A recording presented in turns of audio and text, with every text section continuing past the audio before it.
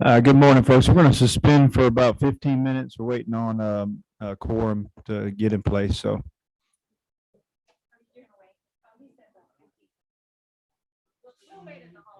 all right, just give me a few minutes. Got some stragglers coming in.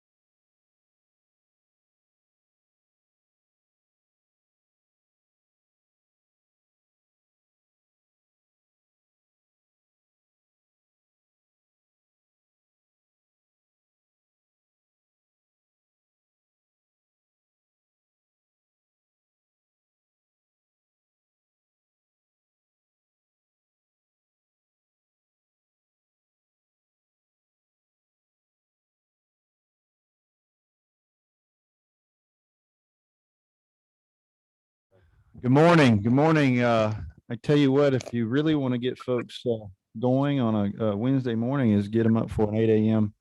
Judy Non-Civil meeting. I'm going to say a word of blessing. We have a quorum online and still have some folks coming in here, but we've got some presenters that have to be elsewhere. So we're going to go ahead and start. Let's say a word of blessing here. Dear Heavenly Father, thank you for the blessing you bestowed upon us, Lord. Lord, I pray that you continue to lead, guide, and direct us, Lord. Lord, give us the wisdom and knowledge necessary to do the bidding of the people of the state of Georgia, Lord. We ask all this in your Heavenly Son's name, Jesus Christ. Amen. Welcome to Wednesday, 8 a.m. full Judiciary Non-Civil. We've got two bills to hear here today. We've got House Bill 1183 and House Bill 1188. Both of these were thoroughly vetted in subcommittee, and I don't believe there was any opposition to either one of these. I'm going to ask Chairman Gunner's not in today. He's got a conflict, so we're going to have a substitute sit in and present the bill. But just for everybody's clarity, we've got House Bill 1183, and the LC that you should have is LC 480537S. Come on in, have a seat, and introduce yourself to the committee. And appreciate you being here this morning, Judge. Thank you, Chairman. Appreciate it. My name is Wes Taylor. I'm a judge on the State Court of Fulton County, just down the street, and I really appreciate y'all taking me first. I have court starting at 8:30, so I'm going to be brief. I will be happy to answer any questions y'all have. So the bill the statute is pretty convoluted, but the bill is pretty straightforward. It is a cleanup bill for 17-672. And what 17-672 is designed for is to allow sureties, the bondsmen, the folks who put up bonds for folks when they get arrested so that they can bond out of jail. Those folks, if the defendant doesn't show up to court, then they have a time when they can locate those defendants wherever they are and return them to the court to make them appear before the court. And when they do that, the legislature for years has set up a scheme in the way of there's this process by which the sureties are encouraged to return those folks as soon as possible. Now, there was a much bigger bill back in, I think it was 2013, and that dealt with sureties and bonds and things, but it changed 17-672 and subsections D and E, and the language changed. And in so doing, it made it so that it didn't really work together. And I think it was a mistake on just drafting that and the wording used in it. And so what this is it's a cleanup bill to make sure that it works.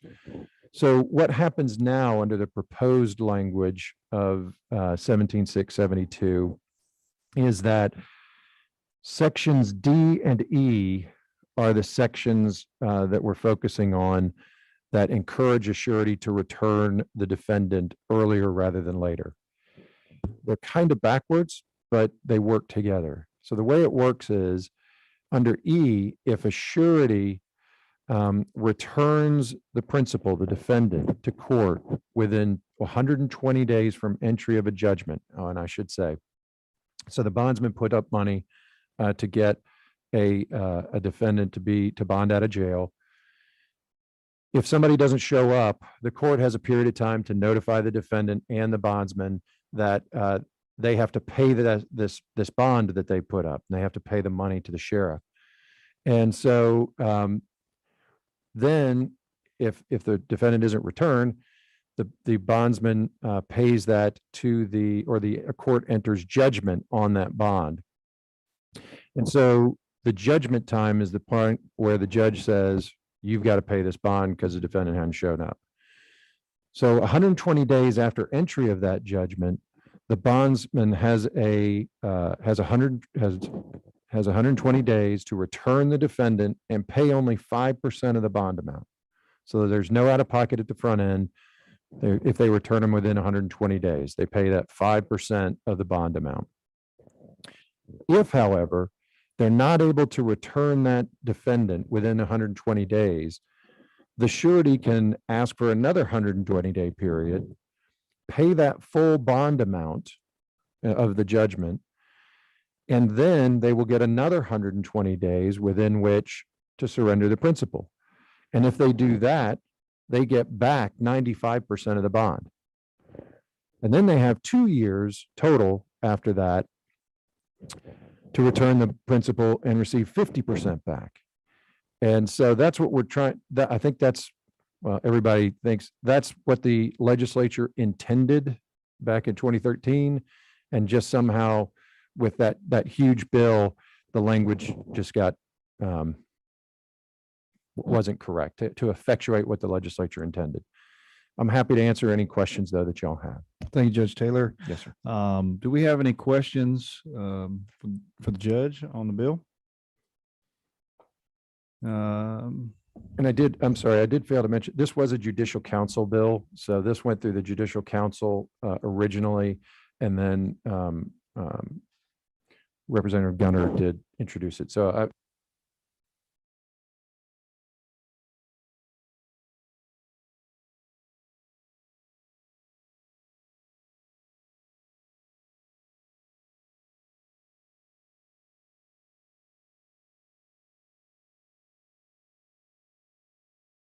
signify by saying aye. Aye. Aye. Aye. Baines, aye. All those opposed, same sign. The measure passes on the rules. Thank you, Judge. thank you, Chairman. Enjoy court today. Well, thank you all very much for speeding me along. I appreciate it. All right, our only other measure here today is Representative Lott, House Bill 1188. Just for clarity, the LC that you have is LC 480518 EC. And this bill was in the Smith subcommittee. And what was the recommendation out of the subcommittee? Mr. Chairman, it was recommendation do pass to the full committee. Thank you, Vice Chairman Smith. Representative Lott, welcome to Judy Non-Civil early in the morning. Thank you. Please present your bill to the committee. Thank you for having me here, Mr. Chairman, and for bringing me in so quickly. We did have it in subcommittee yesterday. Thank you to the committee members that are here, and of course, those that are on Zoom for hearing this bill. I am here to present HB 1188, and this is one of Governor Kemp's initiatives this session. It is a clarification on how Georgia will prosecute cases of child molestation and child pornography. This is an issue that this committee heard similar debate on last session with Representative Sain's HB 194, which was passed out of the House chamber. That bill did include other sections and other components as well. And we have just isolated one area on this legislation. HB 1188 only addresses the issue of being able to charge for each location and each pornographic image or material as it pertains to child pornography and molestation. It is necessary due to a Supreme Court case ruling in 2018 that determined that the word any would only allow for one crime to be charged.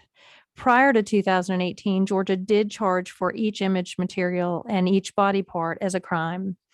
And the bill is quite short. The significant change in legislation is on lines 21 through 25, primarily on line 24, where it clarifies that the touching of each area shall constitute a separate offense of child molestation.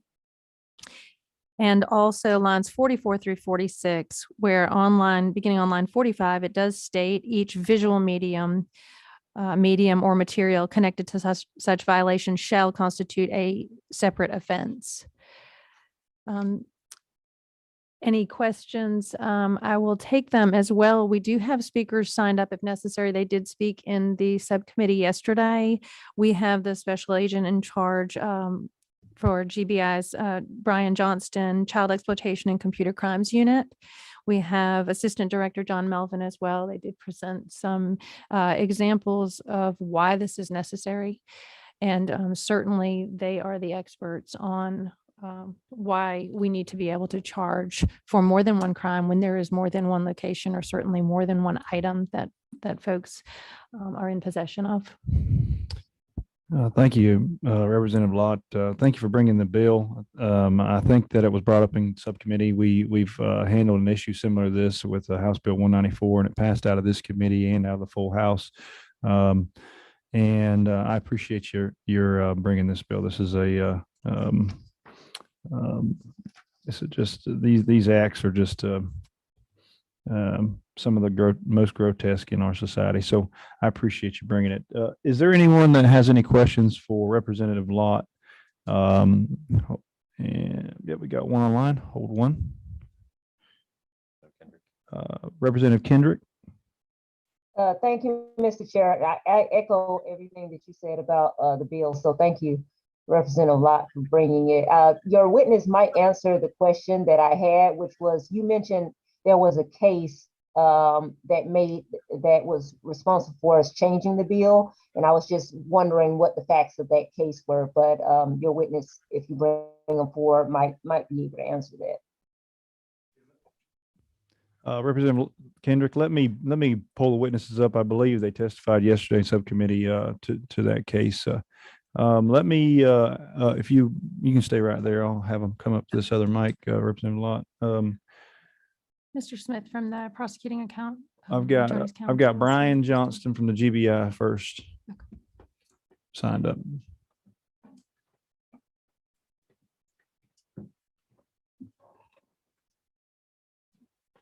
Mr. Johnson, would you introduce yourself and give us the testimony you'd like to give? Sure. My name is Brian Johnston. I am the special agent in charge of GBI's Child Exploitation and Computer Crimes Unit. We are the work unit that's responsible for working the child exploitation cases to include child pornography. We also are the host agency for Georgia's Internet Crime Against Children's Task Force, which is comprised of about 280 what we call affiliate agencies throughout the state of Georgia. This essentially are local law enforcement that helps us with this task force. Last year we had almost 15,000 cyber tips. There's 14,922 cyber tips that came in from the National Center for Missing and Exploited Children. The vast majority of those involved individuals that were possessing, distributing, manufacturing child sexual abuse images.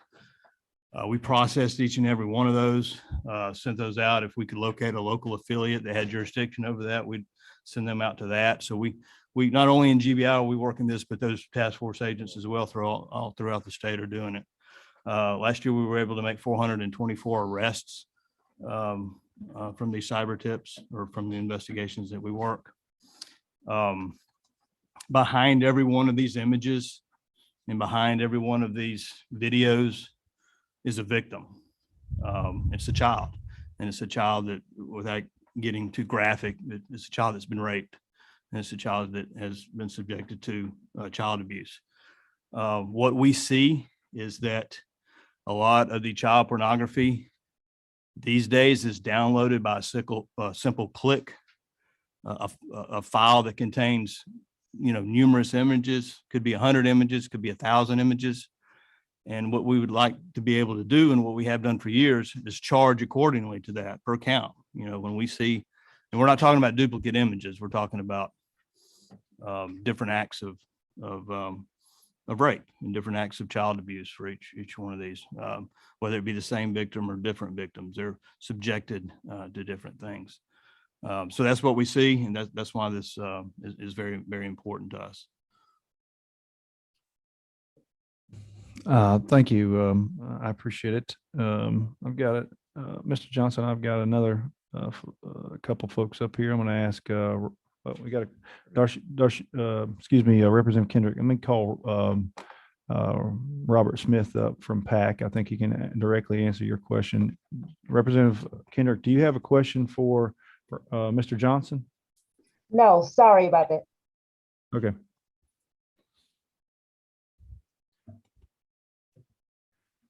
Mr. Smith, how are you this morning? Good morning. Thank you very much. Can you respond first to Representative Kendrick's question about the case that we talked about yesterday? Yes, sir, I can.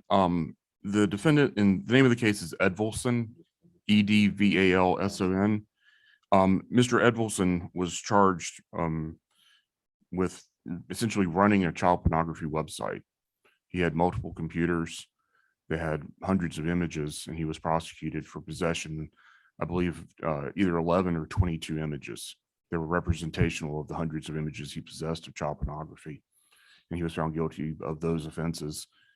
The case was appealed to the Court of Appeals, affirmed, and then it went on to the Supreme Court. And at that time, the Supreme Court applied its decision in another case where it determined that when you use the word any rather than a, that meant that no matter how many images you had, you could only, that the will of this legislature was that it only would be one conviction. So that's why this bill is being asked for, to express the will of the legislature and the people of Georgia that each image be a separate count and a potential separate sentence. Once again, the judges have the discretion to run those sentences concurrent. Right. Very good. Representative Kendrick, no, I got a thumbs up from her on the, so that answered her question. I appreciate that. Now, Mr. Smith, you want to give any more testimony regarding this bill? Other than thank you for your consideration, and hopefully the bill continues to move forward.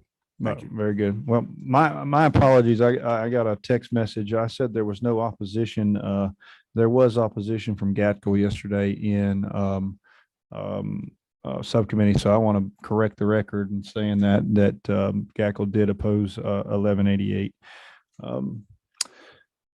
Let's see. We've got.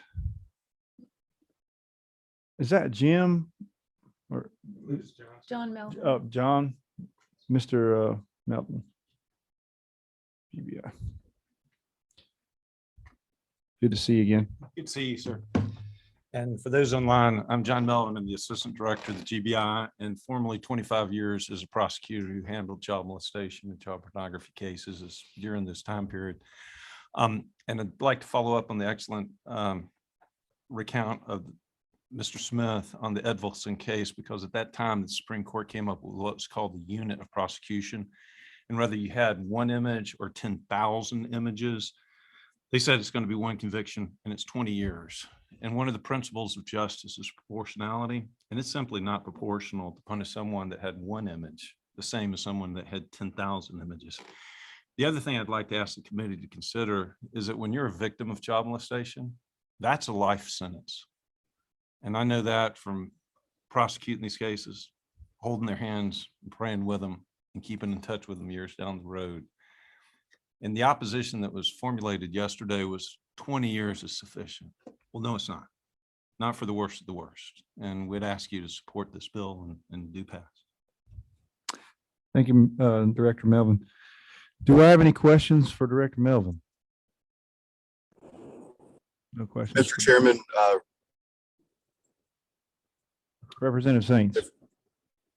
thank you. If appropriate, because I think it speaks to the protest of the bill from yesterday, to ask the Assistant Director. I had the unfortunate opportunity to assist with internet crimes against children cases at Kingsland PD, and is it not true that with these cases, though we can prosecute those involved in the images, those images once online are very hard and difficult to ever fully eliminate, and that is as well a lifetime sentence. It speaks to the severity of these multiple images.